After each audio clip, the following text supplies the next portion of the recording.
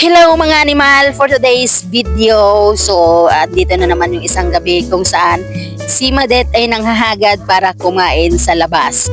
So, inaantay namin dito si Tito na sasakyan namin. So, hindi na siya nagpalibak pa at dumating na din. So, hindi na nagpaligoy-ligoy, kami ay nagsakay na sa aming sasakyan. Aming sasakyan. Tichak tuman ba? So, di namin alam kung saan kami kakain dito. So, habang bumabiyahe kami, nagtry naman ako ulit na mag-video para at least may content at i-upload ako.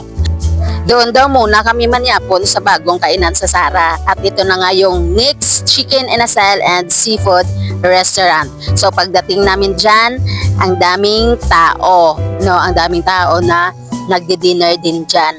So, pagdating dyan, sabi nila ba't hindi ako nag-vlog? Ako naman, nakaramdam ng hiya kasi sobrang daming tao.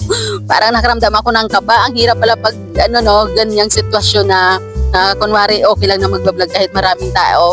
Pero pag ikaw na yung naka-experience dyan, ay naku, sobrang kabado. So, sabi ko, after na lang namin kumain, ako mag-video para wala ng tao. Animal. So, naka-order na dyan pala si Madet at habang inaantay yung order namin, syempre, chika galer, chika ganon, kung ano yung mapag-usapan. Syempre, yung mga sinama dyan, yung kanilang mga apo, yung may-ari ng Palawan, animal. At syempre, sina Tito at Tita. So, kwento-kwentuhan lang muna dyan abang nag-aantay kami ng aming pagkain. So, yung pagkaon namin dito is on the spot na naman. So, mabuti na lang is mabilis lang kami kumilos. So, para hindi na matatakan si Madet sa paghulat-hulat sa amon. So, at hindi nga na nagpalibak, no? At dumating na yung mga in-order ni Madet. So, may in-order dyan. So, parang sisig, chicken binakol, buttered chicken, tsaka no. ang tawag dyan? Sinugbang bangros, no? So, after nga nag-abot ang mga order, so, ayan na, no? Pinas forward lang natin kasi para hindi na mahaba yung video. At ayan na yung mga pagkain na in-order ni Madet. So, thank you so much, Madet, sa walang sawang paghagad sa amin, sa amin. So, nilagay ko na dyan yung stand, no, sa harap para sabi ko, lahat kami makuha. Pero, ginawa kong time-lapse lang dyan or fast forward ko. Kasi pag sinama ko talaga buong video, ay nako, baka umabot tayo ng mahigit 20 minutes. So, ganyan na lang ginawa ko para hindi na mahirapan. So, after niya, no, kumain na kami. So, yung iba, Coke, tapos kami naman, cucumber. Pero, yung iba dyan, hindi kauyon sang cucumber juice. So, duwa na daang gininom ko, kaso isa lang naubos ko, kaya daw hindi nagid magsulod sa akon nga puwak. So, kanabas ang ilang nga pagkaon, no? First time ko di makakaon sa Nick's, no? Kung hindi tungod kay Madet, wala naman kita din nakatilaw sang ilang manamit nga pagkaon. So, tani Madet sa daso naman, no? Mga on the spot lang nga panghagad. By the way, thank you so much, Gid. So, amna na, no? Padayon lang kita padayon kami sa among nga pagkaon. So, nakita ko dagali, no? Nga, sige, sige, amon kaon. Ako yan, nakakalo pa, no? So, sorry lang, no? Kay, ba mo, matsyagwe, wala Japon atop. So, kanabi lang, no? Kay, kung may mga amon, iba lang nga banding, bisan gamay lang ka mo. So, ma-appreciate mo, gidya nga, may ara jam, ka mo nga, banding sa inyong family. Sa bagay ganiya, kami yung mga pasi lang ni mo. Kaya dapat sila lang yung family.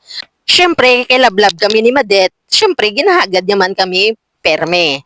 So, focus na kami da sang kaon, kay mga gutom na kami daw, mga 8 pasado na da sang gabi mo, kag ang iba na da agamat-amat na puli, kay syempre gina pa sila iya, kami abago lang nagsampot. So, kanamit na gid na da sang ilang nga foods, no, nabusogid kami ka, tama. So, tani, no, sa daso naman Madet, no, nga mga dinner, ambot di naman ang sunod mo nga destinasyon. Charot. Hagadan lang kami liwat, kay para makakatilaw naman ta sa mga manamit nga foods, no. So, ginasinugo ako na da nila nga vlog na ako. So hambal ko hindi kuya kay nakulbaan ako kag nahuya ako kay damo tawo no. So kung bago ka pa lang gali nga naga-vlog-vlog nga do naanad ka bala nga sa palibot mo ikaw lang isa. No, do siling mo do ka confident kid sa imo nga wala ka nahuya, okay lang.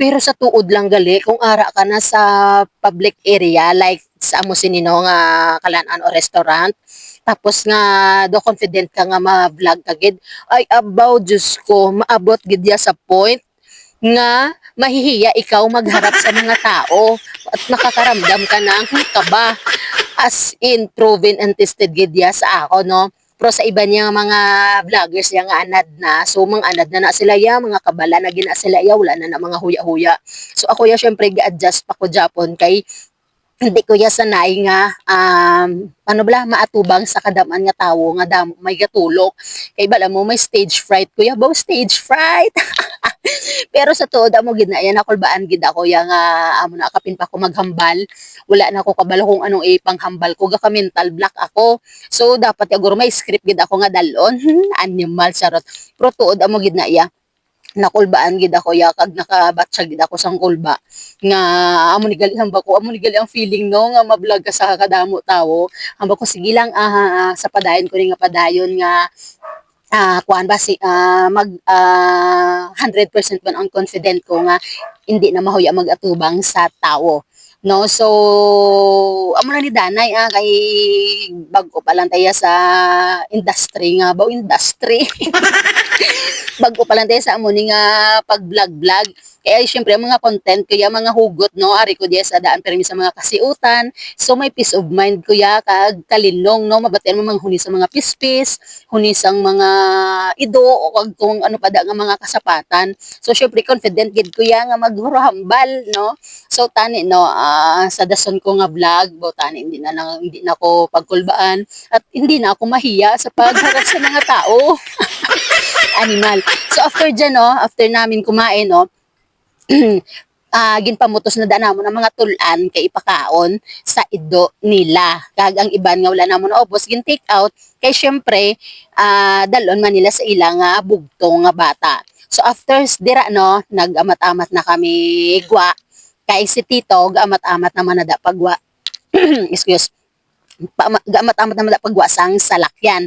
So ang next ni nga restaurant gali no located lang ni sa Sara guys sa atubang sang wet market no. So makita nyo manada siya kag malabyan nyo gid.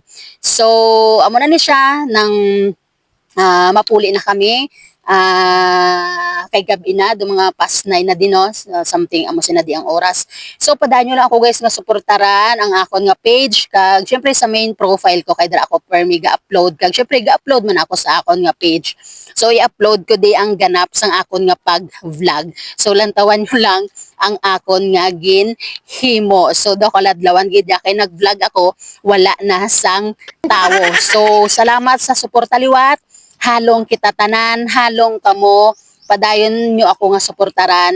Salamat kag God bless gid sa aton. Hello guys, good evening. So ari kami di subong sa Sara kung sa diin manyapon kami di sa bag-o nga kalanan amo ni ang Nick's Chicken Inasal and Seafoods Restaurant. Diri lang na di sa atubang sang wet Market Sara. So dali guys, masulod kita kaglantaw naton ang ambiance ang sulod kag ang ilang mga foods. So dali masulod kita guys. So sa amon nga pagsulod, so baligi na kami tani no. Ay do nakabatsyag ako huya.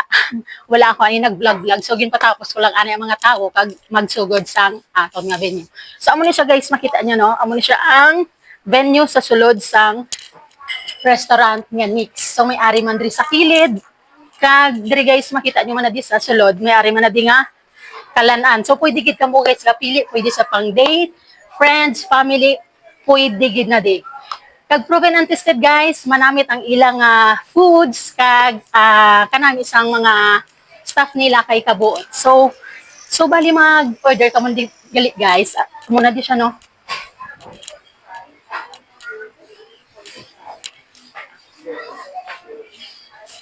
No, sa gusto guys mag-order, so may ara man sila nga menu na muna siya.